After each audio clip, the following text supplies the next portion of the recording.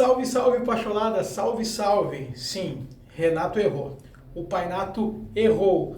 Antes da gente falar do Painato, eu vou te convidar a entrar em kto.com. Vai lá e te registra, usa o promo code Pachola e ganhe 20% de bônus no primeiro depósito. A descrição está aqui embaixo, é só clicar, entrar e se divertir um pouco. Não compromete a tua renda, site para maiores de 18 anos, mas é uma opção muito legal para te dar uma brincada e ver qualquer esporte com muito mais emoção, além dos jogos do Tricolor.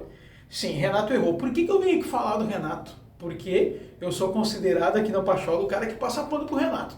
Em tudo que é vídeo que eu posto ou opinião que eu dou, o pessoal fala isso. E sim, eu passo pano pro Renato e na maioria das vezes eu vou passar porque eu acho que tem coisas diferentes. O pessoal às vezes não consegue ver os dois lados das coisas. E não que eu tenha razão e consiga ver, mas eu tento pelo menos ver e às vezes parece que a galera não consegue. O jogo de domingo, na derrota para o Vasco, vexatória, escandalosa, Renato errou na escalação e nas substituições. Isso torna ele um entregador de colete, um péssimo treinador, jogador de futebol, treinador de futebol? Não, óbvio que não. É o mesmo Renato que teve que reinventar o time desde o começo do ano. São 19 contratações ao total. Algumas já chegaram até sair, o caso do Vina. Né? E agora no meio da semana, no final de semana, o Renato teve que usar o Gustavinho. Pô, mas usou o Gustavinho, velho. Vamos lá. Eu vou pensar agora com a cabeça do Renato, tentar, né? Eu tô muito brabo que não entrou o Cuiabano. Muito brabo que não entrou o Nathan Fernandes. Mas pro lugar do Nathan, que era o substituto do Cristaldo, tinha que entrar um meia, não um ponta. Entendeu? Não um extremo. Ah, mas o Renato podia ter mudado o time.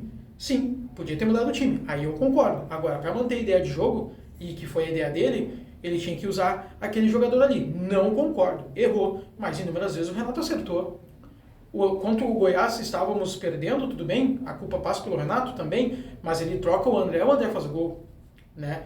Nos demais jogos, Grêmio e São Paulo em casa, a culpa não foi do Renato. Não foi do Renato que o Grêmio consegue virar em cima do São Paulo. Então, eu acho que nem é tanto céu e nem tanto terra, nem tão 8 nem 80. Mas eu venho falar do Renato aqui, não do erro do jogo, porque eu ainda passo um pano pro jogo, claro que sim.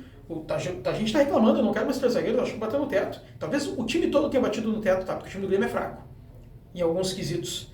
Mas o Renato mudou a formação e o time rendeu menos. E lembram quando começou com os 3 zagueiros, foi muito ruim, fomos atropelados pelo Palmeiras e depois começou a render mais. Então esse fator eu nem vou falar, mesmo muito chateado e muito irritado com a derrota pro Vasco.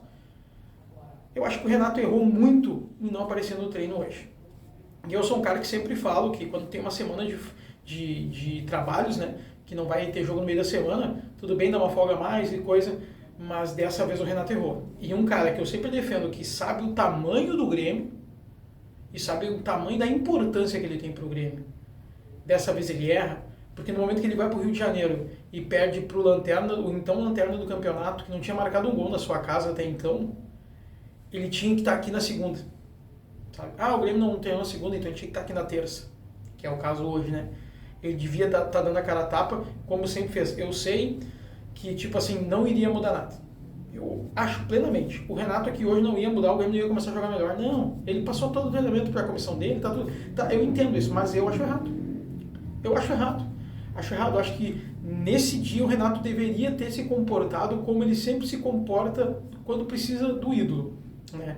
E dessa vez o Renato deveria ter entendido, perdemos para o Vasco, foi uma derrota vexatória, eu tenho que estar lá mostrando pro pessoal que eu estou tentando buscar algumas coisas. Ainda mais depois que ele fala que cabeças vão rolar, não com esses termos, né? Não com essa frase, mas diz, tem jogador que recebeu oportunidade que a gente viu que é um limite, né? Mais ou menos isso que ele fala. Então, depois disso sim, o Renato devia estar aqui. Né? Estamos esperando, né, que seja resolvida essa questão. Tem jogadores, parece, o caso do Ferreira, um jogador que parece que não tem força. Por que o Cuiabano não entra mais? Não estava 100% ainda, então por que viajou, sabe? O Iturbe, que eu falei, né, já... Poxa, ele não está bem fisicamente, então por que levou? Porque não deixou ele se recuperando. Mas se a partida tivesse 3-0 ele ia entrar. Não, velho, então espera ele entrar num jogo, outro jogo, mas deixa o cara se recuperando. Se ele não tem condição de jogar 5 minutos, deixa o cara se recuperando. Se o Gustavinho que está treinando e não jogava desde abril entrou, podia ser o Iturbe, sabe? Então, isso eu estou muito incomodado. E o Renato, na minha opinião, deveria estar aqui hoje para falar sobre isso. Galera, deixa aqui o convite para vocês. Logo mais tem Papo Pachola às 20 horas e tem muita informação hoje sobre PP, sobre Rodrigo Elim, sobre João Pedro, sobre ele, o reizinho Luan, sim, sobre Luan também.